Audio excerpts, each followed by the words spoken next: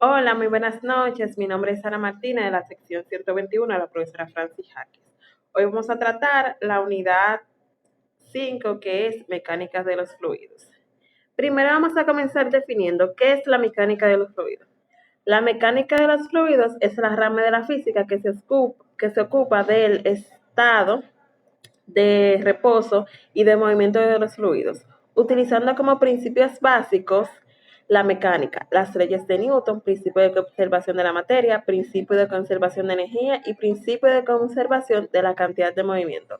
Además, en algunos contextos se aplican principios de la termodinámica.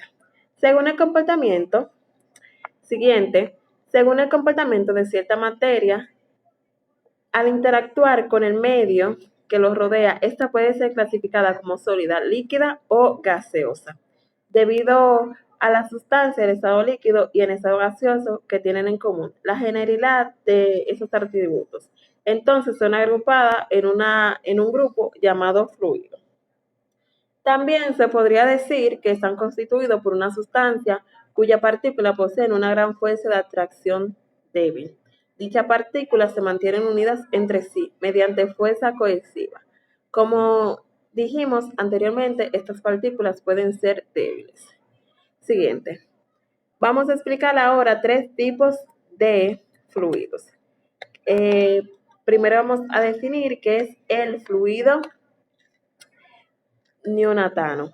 Es un fluido cuya viscosidad se encuentra considerada y es constante. Los fluidos como tal son el tipo de fluido más sencillo de describir. La curva que muestra la relación entre el esfuerzo contra la velocidad es lineal. El otro que vamos a explicar es superfluido. Este es un estado de la materia caracterizado por la ausencia total o viscosidad, de manera en que es un circuito cerrado. Fluiría intermediariamente sin fricción. Fue descubierta a mediados de 1937. Un fluido no neonatano es aquel fluido cuya velocidad varía de la temperatura y la tensión constante que se aplique. Como resultado, un fluido no neonatano no tiene valor de viscosidad definido. Es constante, a diferencia del primer fluido que acabamos de mencionar. Siguiente. Vamos a explicar ahora qué es la densidad. La densidad se refiere a la relación que hay entre el volumen y la masa de un objeto. Los objetos con alta densidad tienen mucha masa comparada con un pequeño volumen.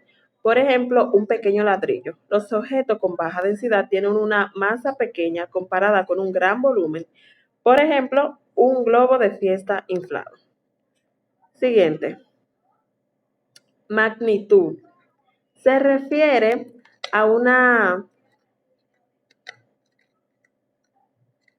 Se define como una magnitud derivada a la fuerza con respecto al área. Cuando una fuerza se aplica es normal y uniformemente distribuida sobre una superficie. La magnitud de presión se obtiene aplicando una fuerza en el área correspondiente. Ahora vamos a explicar el principio de Pascal y vamos a dar tres ejemplos sobre tal. Debido a la característica de los fluidos, es decir, los líquidos, es imposible aplicar una fuerza de presión en algún punto sobre otro. Para esto es necesario que la fuerza se ejerza sobre una superficie. Esta fuerza se expresa como la fuerza por unidad de área, que es la presión. El científico Pascal observó que al incrementar una fuerza aplicada en una superficie, esta misma presión aumentará en la misma cantidad. A eso se le denomina principio de Pascal. Y nos dice lo siguiente: al ejercer una presión sobre un fluido, ésta se ejercerá con igual magnitud en todas las direcciones y en cada parte de los fluidos. Un ejemplo del principio de Pascal puede ser: cada vez que se aprieta un tubo para que salga pasta dental, el principio de Pascal entra en acción y el mecanismo mediante el cual la silla de un dentista se eleva también para hacer su trabajo. Igualmente se aplica cuando se pisan los frenos de un automóvil. A grandes rasgos, cuando se oprime un pedal de freno, se ejerce fuerza sobre un pequeño émbolo. la cual transmite a través de un líquido que se llena la tubería, creando una presión allí. Al otro extremo de la tubería, que también se encarga de direccionar adecuadamente la fuerza. Se encuentran dos pistones que se amplifican para accionar la mordaza de la rueda. De esta manera se pone más lento su giro y el automóvil frena. Siguiente, ahora vamos a explicar el principio de Arquímedes, que es también conocida como la ley de la física de la flotabilidad.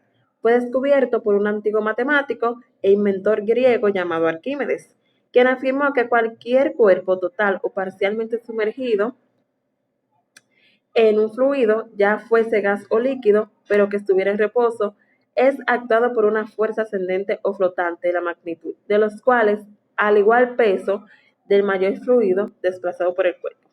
De esta forma, el volumen del fluido es desplazado equivalente al volumen de un objeto sumergido en el fluido. Algunas aplicaciones en las que se puede usar el principio de Arquímedes son al flotar un barco, al flotar un submarino, los salvavidas, los globos aerostáticos, los flotadores y los peces porque flotan en el mar. Siguiente. Hasta aquí mi exposición de la unidad 6. Espero que haya sido de su agrado y gracias por participar.